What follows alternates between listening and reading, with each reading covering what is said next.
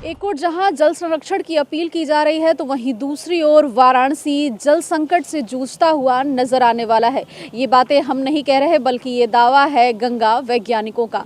उनका कहना है कि जिस तरीके से गर्मी का प्रकोप बढ़ता जा रहा है, आगामी दिनों में बनारस जल संकट से जूझता हुआ नजर आ सकता है, क्योंकि बनारस के लगभग 4 ब्लॉक क्रिटिकल जोन में है जहां जल संकट के बादल मंडरा सकते हैं। गंगा वैज्ञानिकों का दावा है कि वाराणसी के कुछ गांवों में जो जल का स्तर है वो 160 फीट नीचे जा चुका है, जिसके कारण आगामी दिनों में पानी की किल्लत महसूस हो सकती है। वाटर क्राइसिस जैसी समस्याएं देखने को मिल सकती हैं।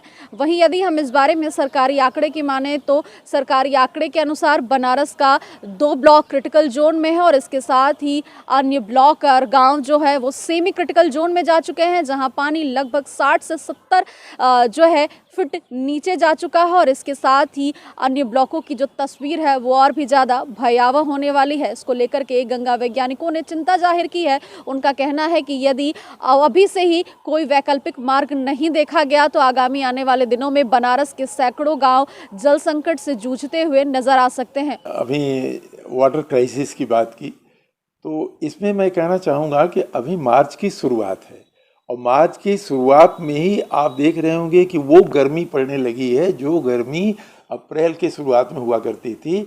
ऐसी स्थिति में लगातार पानी की क्राइसिस, खास करके ड्रिंकिंग वाटर के क्राइसिस की मैं बात करूंगा, क्योंकि भूजल का स्तर लगातार नीचे जा रहा है।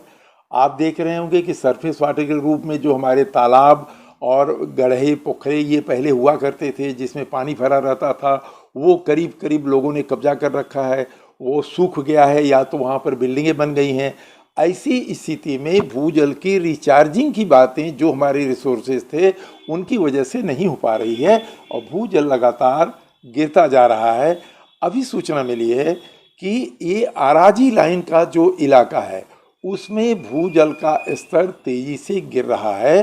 तो यहाँ कारण ये होता है कि जो नदी के किनारे हैं गांव, वहाँ पर तो आप देखेंगे कि पानी का स्तर कुछ मेंटेन हो जाता है, लेकिन जैसे जैसे हम दूर जाते हैं वहाँ इलाका ऊपर हो जाता है, एलिवेशन उसका हाई हो जाता है। तो वहाँ आप पहले जहाँ 60 फीट पर पानी आता था, अब वो 160 फीट नीचे से पानी खींचना पड़ रहा है पंप लगा करके लोगों को। तो आगे आने वाले दिनों में हमें वाटर क्राइसिस की भयावहता को झेलना पड़ेगा।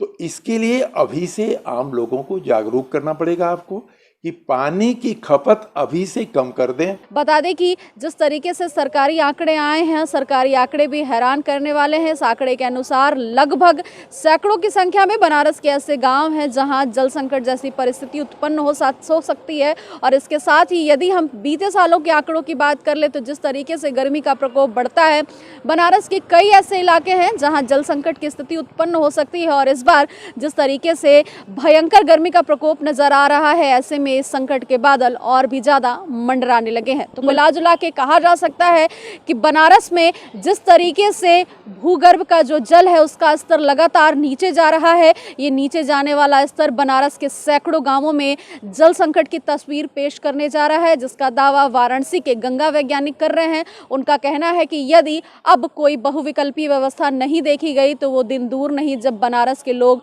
पानी के लिए त्राहिमाम करने लगे। प्रथमा तिवारी, ईटीवी भारत, वाराणसी।